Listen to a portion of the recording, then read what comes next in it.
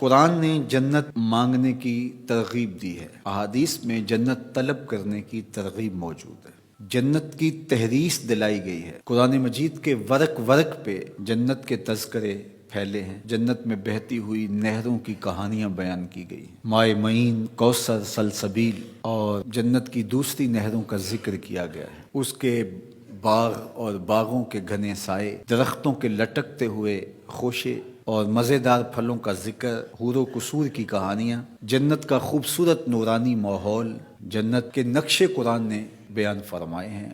ورق ورق پہ جنت کی کہانیاں بیان فرمائی گئی ہیں۔ یہ اسی لیے بیان کی گئی ہیں کہ ہمارے دل میں اس کی حرص پیدا ہو، اس کی طلب جاگے، اور وہ اللہ کی رضا کا مظہر ہے۔ تو جنت مانگنا اللہ کی رضا مانگنا ہے۔ شریعت اسلامیہ میں جنت کی ترغیب دی گئی ہے، لیکن ہمارے بعض نعت خواں جنت کی اس طرح سے بات کرتے ہیں جس طرح کہ انہیں جنت کی چاہت ہی نہ ہو، بلکہ بعض جاہل شعراء کے شعروں میں جنت کا مذاق اڑایا گیا ہے، جبکہ اللہ نے جنت کو اہل ایمان کے لیے تیار کیا اور جنت کی کہانیاں بیان فرمائیں۔ اللہ کے محبوب علیہ السلام نے صحابہ میں بیٹھ کے جنت کی ترغیب اور تحریص دلائی، جنت کا شوق پیدا صحابہ کے دلوں میں کیا۔ اور یہاں نعت خان صاحب کہہ رہے ہیں کہ ہرے تو کیڑی جنت دا کرنا ہے تذکرہ، میاں اسی جنت کا جس جنت کا تذکرہ قرآن نے کیا ہے، اسی جنت کا جس جنت کے لیے رسول خدا صلی اللہ علیہ وآلہ وسلم نے کہا کہ جب رب سے مانگو جنت الفردوس مانگو،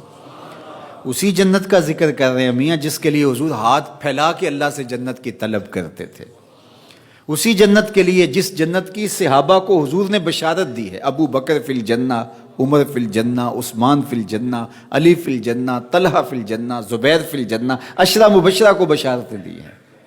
اسی جنت کا ذکر کر رہے ہیں، اسی جنت کا شوق سینوں کے اندر پالے ہوئے ہیں۔ تو جنت اللہ کی رضا کا نام ہے۔ تو حسنات دنیا جب طلب کی جاتی ہیں تو دنیا کی نعمتیں ہیں، اور جب حسنات آخرت طلب کی جاتی ہے تو اس میں سے نمایاں چیز جنت ہے۔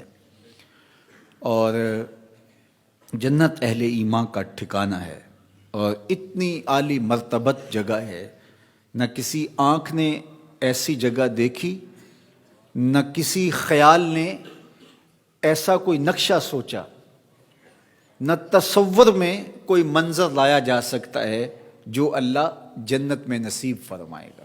جنت ایسا ماحول تمہیں فراہم کرے گی کہ وہاں لا یسمعون فیہا لغوا ولا تاثیما، وہاں نہ اسم گناہ کی بات آپ کو سننے کو ملے گی اور نہ ہی کوئی لغو بات آپ کو سننے کو ملے گی۔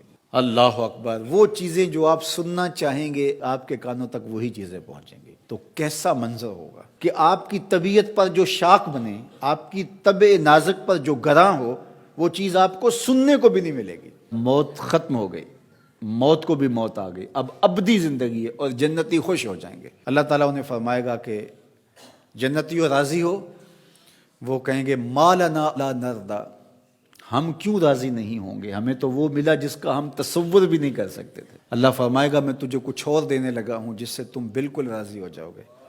تو وہ کہیں گے مالک تیری مرضی، ہماری جھولی طلب کی پھیلی ہے، ورنہ کوئی شے رہ تو نہیں گی جو ہمیں ملی نہ ہو۔